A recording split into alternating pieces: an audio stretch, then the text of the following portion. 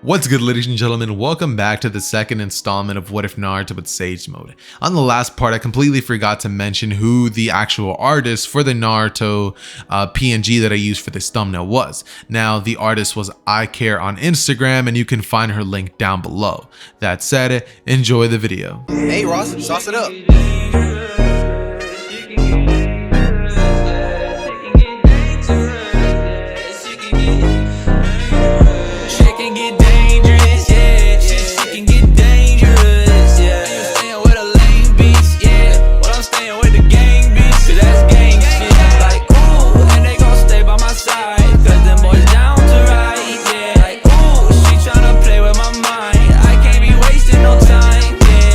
As he suddenly rushes at the direction of Zabuza, who is forced to jump away, leaving his sword engraved into the tree that it was stabbed into. Naruto would rush in with his blade, as Zabuza would be forced to, to pretty much back up, seeing as he was shocked at how powerful a Genin was being, pushing him back, with even Zabuza being caught off guard and being nicked a couple of times with Zabuza's, skill. Not knowing that Naruto would have been as powerful as he, is, being the stature and size that he is.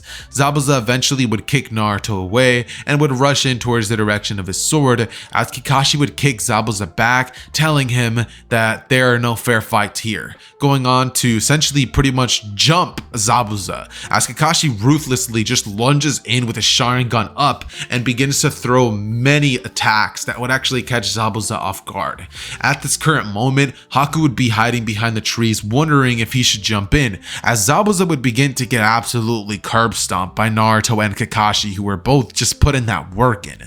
Eventually, the 5 Senbon needles would come flying into the direction of Kakashi and Naruto, as they're able to dodge and gain distance, and suddenly Zabuza's partner in crime would arrive, Haku, as Zabuza rushes towards a sword and grabs it off the tree, and suddenly looks back to the direction of Naruto and Kakashi, saying, Well, aren't they even stacked against you now? What will you do now, Shinobi?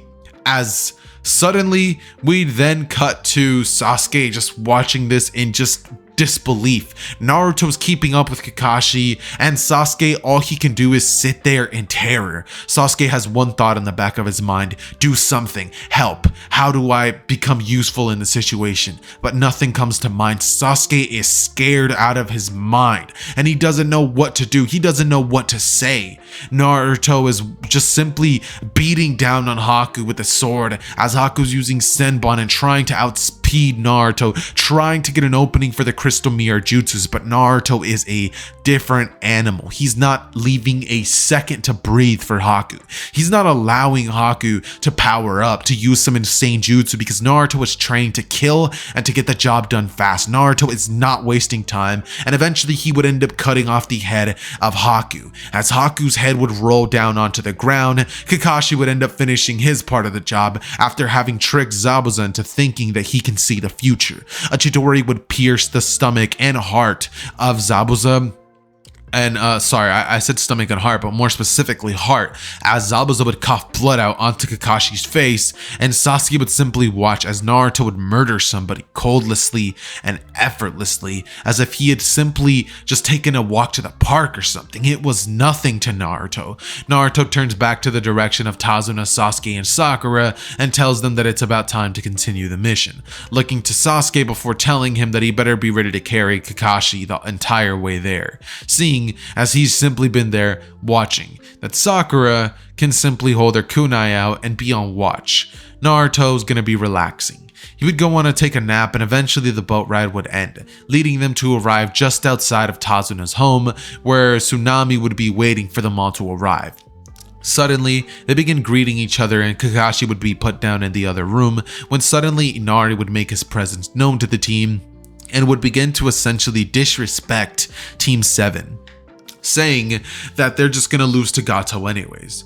Naruto has a way of not letting these insults get to him, because after all, it's a kid, and he's been trained to not lash out. So Naruto's emotions are well kept in check, and there is no outburst for Naruto. no moment of trying to change Inari like there would have been in the original, because Naruto's mission isn't help Inari. Naruto's mission is help the bridge builder and keep him safe until the bridge was finished, and that's exactly what Naruto intends to do. 2 weeks would pass, and eventually Kakashi would wake up out of that strange state that he found him in. And actually, no, let's say 1 week would pass and Kakashi wakes up, and another week would pass, essentially consisting of Sakura, Kakashi, Naruto, and Sasuke completing the tree walking training and learning a couple of jutsus. Sasuke would go on to ask Kakashi, how it is Naruto had that same jutsu that Kakashi was using. And Kakashi goes on to tell Sasuke that if he wants to catch up to Naruto, he better be willing to put in that work. Looking outside to see Naruto training just like usual. And that's something that that's something that Sasuke would finally realize. Naruto was always training. Anytime that he wasn't on a mission, Naruto was training. Anytime that Naruto wasn't eating, Naruto was training. And this is a message that would finally get across to Sasuke. He needs to train even harder. So for the following days, Sasuke would not stop training. All he would think to do is train, train, train, which would lift up Sasuke's power level way faster than it would have in the original, and would give Sasuke a major boost in his strength, giving him a rival to try to reach up to in Naruto. Eventually the day would come, however, when they would be on the bridge and suddenly Gato's ship would arrive. Naruto, without any second thoughts, would simply proceed to create a water wave jutsu, which would tumble over the boat that they would arrive in, leading to many of the people inside of it actually drowning, and the few that wouldn't drown would make it onto land only to be killed by Naruto's shadow clones. Eventually, when Gato would land onto the shore, Naruto would be there waiting for him to essentially throw him to the villagers of the land hidden in the waves, and would pretty much let them do whatever it is that they wanted, which is, I'm just gonna say it, rated R content that I'm not gonna cover.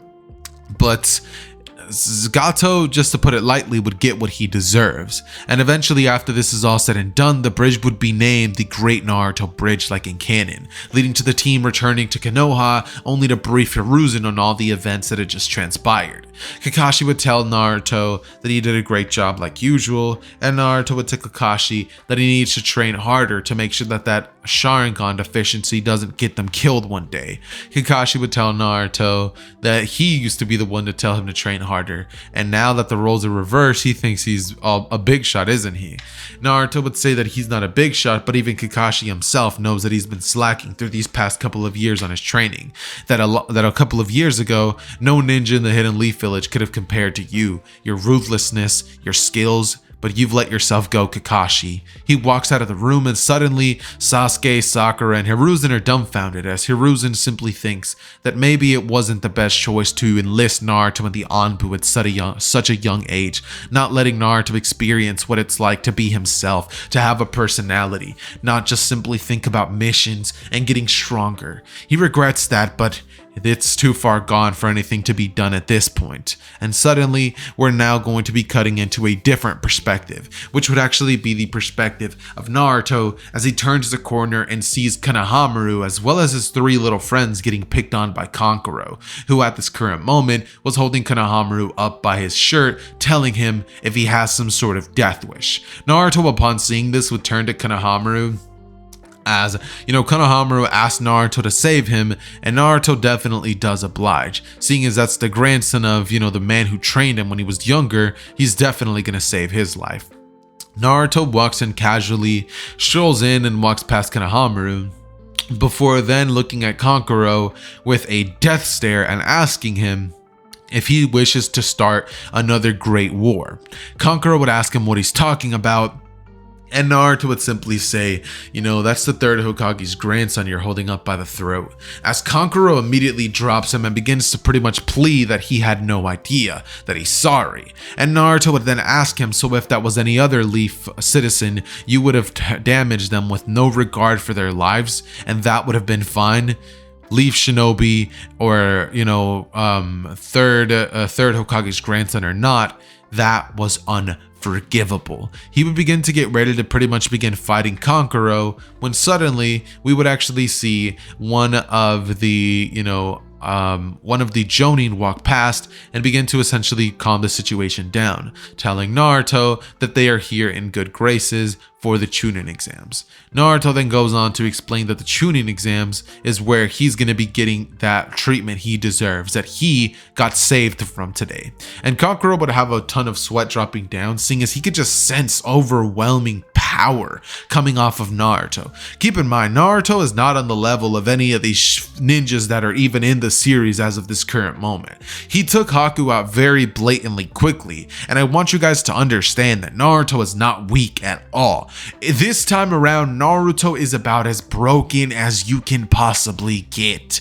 You do not get any stronger. He has a perfect Sage Mode, a balanced Sage Mode. His defense, his offense, his senses, his speed, everything is amped to incredible levels. And as every second on that watch turns, Naruto gets stronger and stronger by the minute. It's like a continuous Zenkai boost. It's incredible how strong this constant Sage energy within him pushes Naruto's strength day by day. And that's why Naruto's able to keep up with some of the greatest in the Naruto series as early as he is able to at this moment.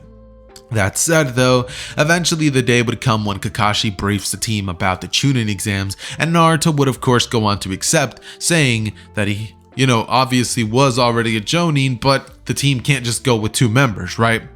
Hiruzen agrees and says that Naruto, while he does want Naruto to go into the Chunin exams, he's not sure if Naruto with his level of, combat power should even be allowed. Plus, Sage energy isn't allowed either. So Naruto is ultimately not allowed to take part in said Chunin exams, leading to Sasuke and Sakura getting ambushed immediately by Orochimaru, who would leave Sasuke with a curse mark to pass out, only for the Sound Genin to find them later on and Rock Lee to save them. When Sasuke had a massive outburst with the curse mark, he ended up actually killing the entirety of the Sound team due to the fact that there was no Naruto there to try to stop him. Actually, scratch that, Sakura was the one who calmed them down. So just like in the original, Sasuke would not kill them, and they would eventually make their way towards the tower, where he would beg Sakura not to inform anybody of the curse mark, and she wouldn't do so. So Sasuke would have to battle with this curse mark power and never even have it sealed. This would lead to Sasuke battling the man who could absorb chakra through nothing but a simple touch. Having that fight, Sasuke would still win, and eventually during the period in time when Sasuke would go off during that month to train with Kakashi, Kakashi would find out about the curse mark and seal it, informing Sasuke that power like that is not something that he should take lightly, that it will consume him the more that he uses it, saying that it is a dark power. But Sasuke doesn't care. He wants to catch up to Naruto more than he wants to even catch up to Itachi at this point, because he feels belittled by him, and he doesn't like that feeling of knowing that there's somebody stronger than him at his age level. He trains even harder than he would have during this period in time, just due to the fact that not only has he taken an L to Naruto, but he took an L to even Lee, who he didn't even expect to lose to, but Lee was so fast without those weights. It was incredible just how strong that random kid with bushy eyebrows was. Eventually, Naruto would meet up with Sasuke during the 1-month training. And actually, no, he wouldn't, sorry. He would meet up with Sakura and, they would converse a little bit. And eventually Naruto would have one day where he decides to finally relax and not train. That one singular day would actually mark the appearance of the legendary Sannin Jiraiya, who ends up running into Naruto, where he's pretty much told about his status as a Sannin and his, ability to go into Sage Mode. Naruto, upon seeing Jiraiya, would ask him how far along he is with his Sage Mode power, saying that he's a Sage, so he should definitely have the ability to access Sage Mode. Jiraiya goes on to pretty much bluff, saying that he has perfect access to Sage Mode, and Naruto would ask to see it, before suddenly telling him that from what he can sense within Jiraiya, he has a pitiful excuse for Sage Mode, telling him that Jiraiya has a very incomplete, weird, strange, weak version of what Naruto has, before flaring his Sage energy and Jiraiya seeing just like a strange aura, like a strange creature behind Naruto, just of pure energy. It's not anything this world has ever seen, and Jiraiya would question how Naruto has sage energy before, Naruto says that he was born that way. From when he can remember, Naruto has always had sage energy. And Jiraiya would be quite shocked, going on to have more and more interactions with Naruto, and eventually leading to Naruto and Jiraiya training together, except instead of Naruto learning things from Jiraiya, the only thing that he would truly have to learn would essentially just be the Rasengan, which Naruto already would have learned from Kakashi Sensei, so it wasn't much of a learning experience. So instead, the only thing that Naruto was there to do was to essentially help Jiraiya with his perfecting of Sage Mode. They would go to Mount Miyaboku, where Naruto would be introduced to sage creatures, and Naruto would have a certain liking to them. They would enjoy his company, but Naruto would ultimately state that learning something like Toad Sage Mode wouldn't be very beneficial to him, seeing as he has natural Sage Mode, something that doesn't require a certain training regimen that he was born with. The Toad would be quite perplexed by this and say that he might someday be the one in the prophecy, but Naruto simply states maybe. And obviously Jiraiya would get a lot stronger, and eventually the day would come when Sasuke is in the ring against Gaara. They're both about to face off, and we suddenly have the battle, which actually goes off with Neji versus somebody else who would have taken Naruto's place in the Chunin exams. Neji would of course win this time around, seeing as there's nobody there to use his insanely powerful tailed beast to defeat him, and so Neji was able to actually move on to the final rounds of the Chunin exams. Sasuke would fight off against Gaara, he would lunge to the air, he would begin immediately charging up his most powerful jutsu. Naruto would be in the stands watching as Sasuke performs the hand signs for the Chidori, and would simply smirk as he looks to Kakashi and moves one finger, tapping it rapidly, saying, "You taught him that jutsu, didn't you?" And Kakashi would look back to the direction of Naruto before then being all like, "Guilty as charged." Naruto would chuckle, and suddenly we switch back to Sasuke, who screams, "Chidori!"